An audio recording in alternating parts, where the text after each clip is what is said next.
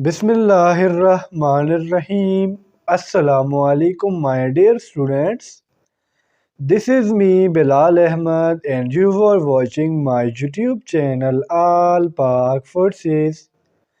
Students, आज की video में इंशाल्लाह हम एवरीडे साइंस एमसीक्यूज के पार्ट नंबर 19 को डिस्कस करेंगे। तो आप लोगों ने वीडियो के साथ एंड तक जुड़े रहना है और वीडियो को कहीं से भी स्किप नहीं करना। So without wasting any time, let's start the video.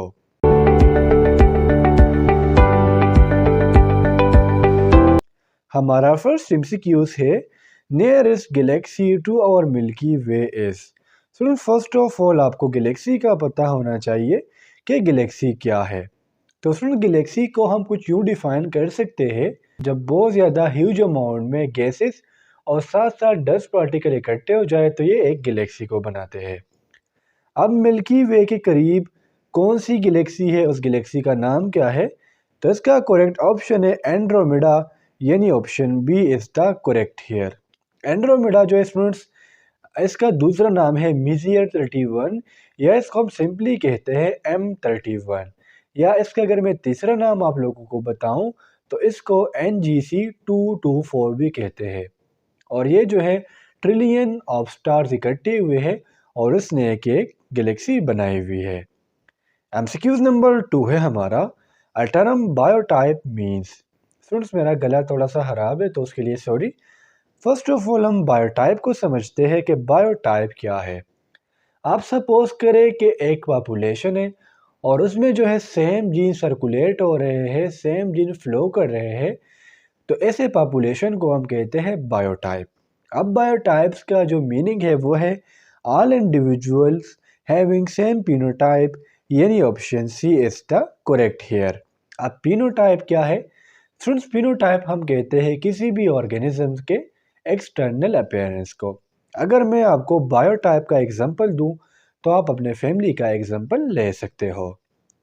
MCQs number 3 है हमारा, When oil and gas resources are burned, they kill many forests and lakes by। यानी स्टूडेंट्स, जब हम ऑयल और गैस को जलाते हैं या इसके रिसोर्सेज को जलाते हैं तो ये कैसे फॉरेस्ट और लेक्स को किल करते हैं? तो इसका जो करेक्ट ऑप्शन है वो है एसिड रेन, यानी option A is the correct here. Students, normally होता क्या है, जब भी हम फ्यूल वगैरह को जलाते हैं तो इससे जो स्मोक होता है वो हमारे एटमॉस्फेयर में चला जाता है, जो कि एसिड रेन को काज करता है। और जब भी एसिड रेन की प्रेसिपिटेशन हो तो वो फॉरेस्ट और लेक्स को तबाह कर देता है और साथ साथ उसमें जो ऑर्गेनिज्म है, उसमें जो लाइफ है, उसको बहुत ज़्यादा डिस्टर्ब करता है। अब एसिड रेन की पीएच जो है स्टूडेंट्स, वो 4 से लेके 5 तक होती है। और एसिड रेन की जो मेन रीज़न है वो ये है कि एटमॉस्फेयर में हाइड्रोजन की कंसनट्रेशन ज़्यादा हो जाती है। एमसीक्यूज नंबर 4 है हमारा, the instrument that measure temperature, pressure and humidity at various altitudes in the atmosphere are। ये स्टूडेंट्स, वो कौन सा इंस्ट्रूमेंट है जो टेम्परेचर को, प्रेशर को और ह्यूमिडिटी को मेजर करता है डिफरेंट एल्टीट्यूड्स पर? अब एल्टीट्यूड्स क्या है? स्टूडेंट्स, एल्टीट्यूड्स को हम उर्दू में कहते हैं सतह समंदर से बुलंदी, और उस इंस्ट्रूमेंट का नाम है रेडियो साउंड, यानी option A is the correct here. Student, radio sound जो है फॉर द फर्स्ट टाइम 1892 में यूज़ किया गया, और इसका यूज़ करने का तरीका कुछ यूँ है कि इसके साथ बैटरी लगा दी जाती है और फिर उसको एटमॉस्फेयर में छोड़ दिया जाता है। एमसीक्यूज नंबर 5 है हमारा, barnacles growing on the back of whale is an example of. Students, first of all आप लोगों को बर्नेकल्स का पता होना चाहिए कि बर्नेकल्स क्या है। बर्नेकल्स जो है स्टूडेंट्स, ये हमारे पास आर्थ्रोपोड्स की एक टाइप है, आर्थ्रोपोड की एक ग्रुप है जो सब क्लास सिरिफिडिया में आता है। सिरिफिडिया की स्पेलिंग है CIRRIPEDIA। बर्नेकल्स जो है स्टूडेंट्स, ये वेल्स के साथ जो एसोसिएशन बनाते हैं, जो ताल्लुक़ बनाते हैं उनके बैक पर, उसको हम कहते हैं कॉमनसेलिज्म, यानी option C is the correct here. अब कॉमनसेलिज्म क्या है? कॉमनसेलिज्म का अगर मैं आप लोगों को डिफाइन करूँ तो इसमें होता कुछ यूँ है, एक ऑर्गेनिज्म को बेनिफिट होता है, यानी एक ऑर्गेनिज्म फ़ायदे में होगा और दूसरे ऑर्गेनिज्म को ना तो नुकसान होगा ना उसको फ़ायदा होगा।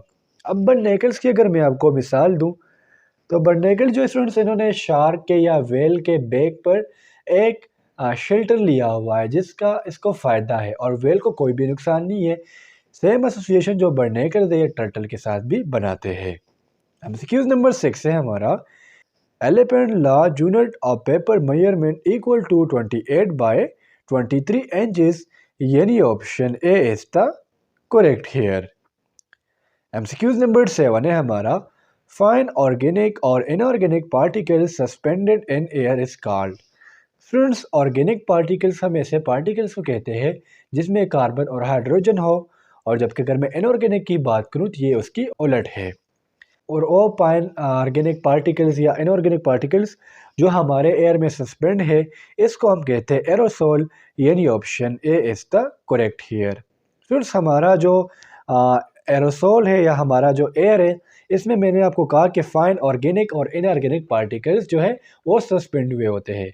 अब ये जो फाइन ऑर्गेनिक पार्टिकल्स है, ये फाइन ऑर्गेनिक सॉलिड पार्टिकल्स भी हो सकते हैं या ये लिक्विड ड्रॉपलेट्स भी हो सकते हैं जो कि हमारे एयर में सस्पेंड हुए होते हैं। अब अगर मैं आप लोगों को एग्जांपल दूं तो इसका फर्स्ट एग्जांपल है फॉग, सेकंड एग्जांपल इसका है mist and the third one is dust.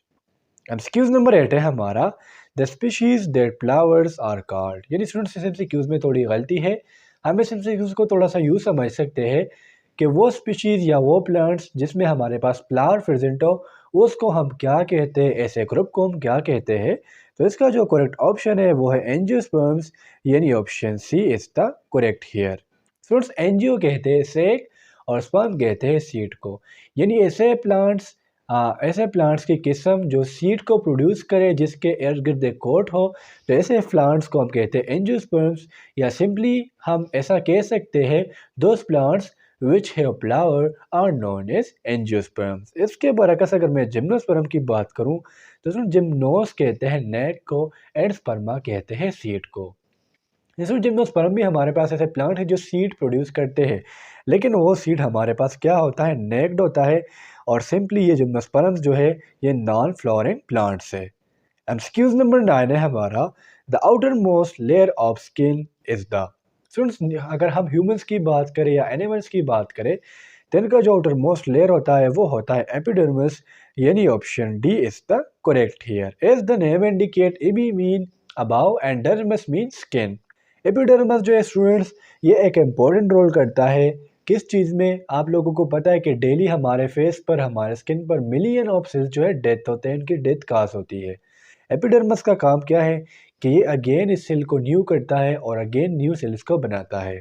इसके अलावा एपिडर्मिस का जो स्टूडेंट सेकंड काम है वो ये है कि हमारे इम्यूनिटी में एक इम्पोर्टेंट रोल प्ले करता है। ये फर्स्ट लाइन ऑफ डिफेंस में आता है जो कि हमें micro organism and many microbe से बचाता है। एमसीक्यूज नंबर 10 है हमारा, Tesla is the unit of. Friends, Tesla जो है ये मैग्नेटिक फील्ड स्ट्रेंथ का यूनिट है, यानी option A is the correct here. Magnet students, ये एक ऐसा इंस्ट्रूमेंट है, हम कह सकते हैं कि एक ऐसा चीज़ है जो दूसरी मेटल्स को, जो दूसरे आयरन से बने हुए चीज़ों को अपनी तरफ अट्रैक्ट करता है। अब मैं आपको मैग्नेटिक फील्ड थोड़ा सा समझा देता हूँ, उसके बाद आपको मैग्नेटिक फील्ड स्ट्रेंथ की समझ आ जाएगी। लेट्स सपोज, आप सपोज करें कि ये मैंने एक मैग्नेट बना दिया और साथ साथ मैं इसके पोल्स भी बना देता हूँ। मैंने कहा कि इसका नॉर्थ पोल है और ये इसका साउथ पोल है। मैग्नेट के इर्द गिर्द स्टूडेंट्स एक फील्ड होता है। मैंने कहा कि मैग्नेट के इर्द गिर्द एक फील्ड है, डॉट से मैं मैग्नेट के फील्ड को शो कर रहा हूँ, यानी ये मैग्नेट का फील्ड है। इस फील्ड को हम कहते हैं मैग्नेटिक फील्ड। अब अगर इस फील्ड से मैं बाहर इधर कोई आयरन की चीज़ रख दूँ, ठीक है, तो ये इसको अट्रैक्ट नहीं कर सकता क्योंकि ये मैग्नेटिक फील्ड से बाहर है।